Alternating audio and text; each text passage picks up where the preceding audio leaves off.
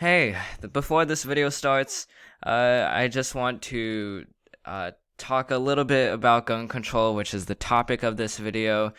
For gun control, when we talk about reforms and when we endorse reforms for gun laws that we currently have, we aren't talking about a banning of assault rifles or AK-47s or AR-15s. We do call for a banning of one weapon though, but we will justify that in this video. That said, our reformations of gun laws that we endorse deal less with that scope and more about effective ways and ways that could appease both sides of this kind of issue. So that's just all we wanted to say before starting this video. Now let's get on to gun control. Parkland, Orlando, Odessa, Dayton, Chicago, Boulder, Atlanta, Orange, Rock Hill, Newtown, Columbine, San Bernardino, Las Vegas, Essex. What do all of these places have in common? They're all known for having a mass shooting in that place, and these are all names of towns and cities that have experienced mass shootings in just the past decade alone. And if we look at the deaths from mass shootings in 2021, it is already getting close to the hundreds. And this is just a partial list of all the shootings that happened in the United States. If we talk about every single shooting that happened in the United States, then that amounts to thousands of Americans killed by guns, by people with malicious intent. So as a result, this is something that is almost kind of like a disaster where we see people killed and where we see a need for action by the government, because we cannot let this kind of issue keep going on. I think we have to all agree that this issue is harmful for us. It literally kills people. Right now, the lack of action by the government is killing Americans. And that's literally what they're doing. They're doing nothing about this issue. The government is supposed to solve the issues, not promulgate the issues that are currently arising in America. So, the main reason for this kind of inaction we see in the government is an argument as to whether we need gun control measures or not. Now, before I guess we talk about the context of what the government thinks about this issue, what Republicans and Democrats think about this, let's talk about what we think partisan satire is the right option. So, if you know about gun control measures, then these kinds of provisions that we're going to bring up may sound pretty familiar. That said, we will provide context for those who may not know. So the first thing we endorse is universal background checks, and this is the most important thing that a lot of people are advocating for with guns. So universal background checks are kind of like going to the DMV to renew your license plate, or your driver's license. You go to the Department of Motor Vehicles every several years, and you take a test, you get checked by an employee. Even though the process may seem very dreadful, it ultimately promotes safety, and it allows the DMV to determine if you are capable and suitable of driving a vehicle. So that is what the DMV does. And what that is doing is essentially being brought over to universal background checks, where we check gun owners every couple of years or so to see if they are capable of handling a gun, if they are safe to handle a gun, and if they don't possess risk to others with their gun. And that is something that I think most Americans at this point have agreed on. I hope you agree on it. If you don't, then I don't know what to say except for the fact that it helps people, and it doesn't it doesn't substantially burden your if you're a gun owner, it doesn't substantially burden your task of just simply going to a place to see if you're safe to handle a gun, because ultimately your that small burden will translate to lives saved by because of universal background checks, because we're checking people to see if they should have a gun or not. That's the first provision that should be done in Congress. The second thing is that we have to not necessarily limit how you buy a gun and make it harder for you to buy a gun, but rather make it harder for you to buy a gun through illegal means or through the black market. So currently a lot of gun owners get their guns from the black market, circumventing the government, and that is incredibly dangerous for people with malicious intent who usually get their guns from the black market or get it illegally and just shoot people with it. And that is something we have to hamper. So there's two strategies we can do. The first strategy, which we have done and we should continue to do, is through due diligence and as well as investigatory bodies like the FBI, seeing if there are any chains or channels of black markets that involve the selling of guns. But the second thing we have to do is education about guns. And this doesn't only involve the education about why shooting people with guns intentionally is horrible, but also how to use a gun safely, because that is something that would definitely help limit the amount of bad people with guns.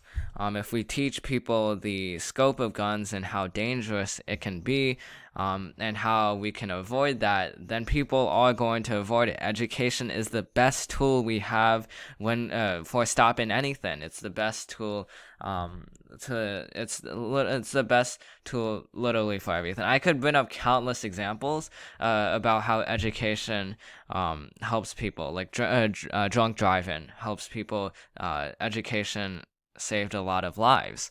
And that's something we have to apply over to guns. Another thing we have to do is we have to realize the intents that a lot of shooters have. A lot of shooters have mental health problems, and a lot of them have admitted to it. Indianapolis, in this shooting that happened just a couple of days ago, the shooter's mother said that the shooter had a mental health issue. In the Parkland shooting, the same thing occurred. Rock Hill, same thing. This happens over and over again. So we have to not only prosecute them, but we also have to provide them a way to heal themselves, provide a way to make sure that this doesn't happen again, and that starts with mental health. And that means allowing more classes, or making insurers have insurance options for mental health sessions, because that is ultimately what is going to prevent a lot. That's ultimately what is going to help a lot of these shooters recover from their trauma or from their adversities and not want to shoot people.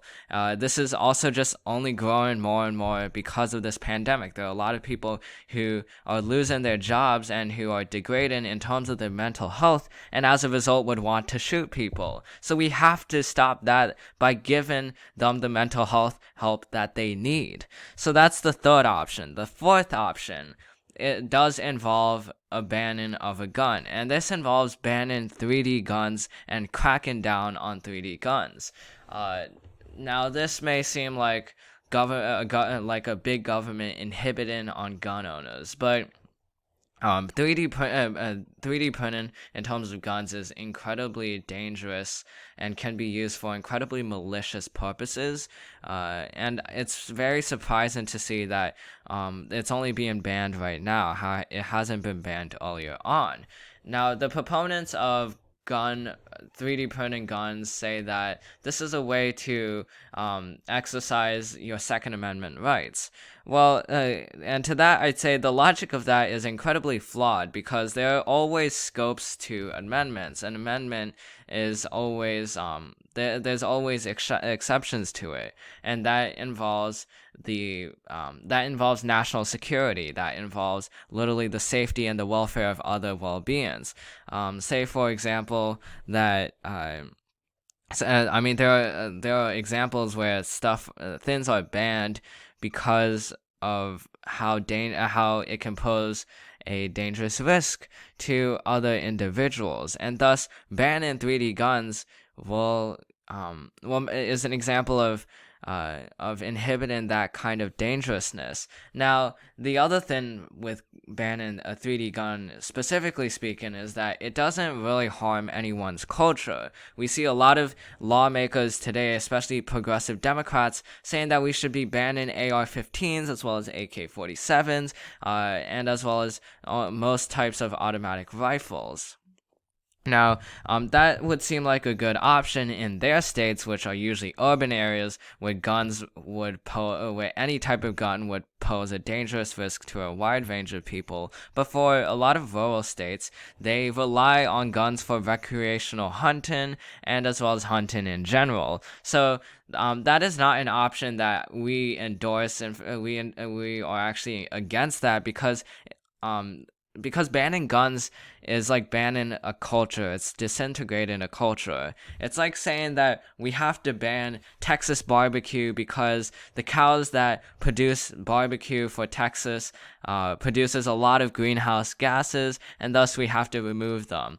I mean, that may help with climate change, but it would definitely destroy a culture, which we definitely should not be doing. And thus, we should not be banning AR-15s and AK-47s. And at least we should make that our first option. We should only do that just in case and as a last resort, because again, it destroys cultures by banning those kinds of weapons. Now, these provisions are incredibly popular among Americans. All of them have majorities in terms of support. That said, none of them have been passed in Congress. And the last time we've gotten close to passing universal background checks was in the Obama administration, near the literally halfway to their second term. And that is astounding. And it's another example of lawmakers not being indicative of the U.S. population and what their constituents want. So why is this happening? Why are we not actually getting background checks, and why are we not passing gun reformation laws that are popular among both sides of the aisle in terms of Americans and not lawmakers? Well, it involves lobbying, and more specifically the NRA, the National Rifle Association, which is an organization that has members who advocate for expanding gun rights and as well as promoting the Second Amendment to the fullest degree. So back at that example that I mentioned before, the closest time we've gotten to passing background checks, it was bound to pass the Senate. It was put up by two senators, Joe Manchin of West Virginia, who is a Democrat, and Pat Toomey of Pennsylvania, who is a Republican. Both of them at the time had an A rating from the National Rifle Association, meaning that they really supported guns, and they supported background checks. Yet the NRA stepped in with their lobbying to produce false accusations of background checks, and fearmonger among Republicans' constituents, and thus Republicans started caving in, and that is how we got to the point where the closest we've gotten to background checks failed. And ever since then, it's just gotten more and more partisan because of lobbying. And it shouldn't be. These are very popular measures.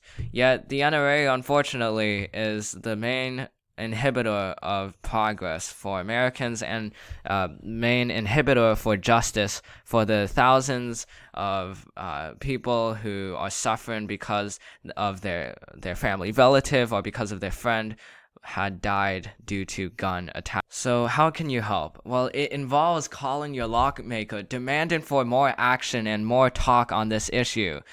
And especially if you're a Republican constituent, because just look at all of these red dots.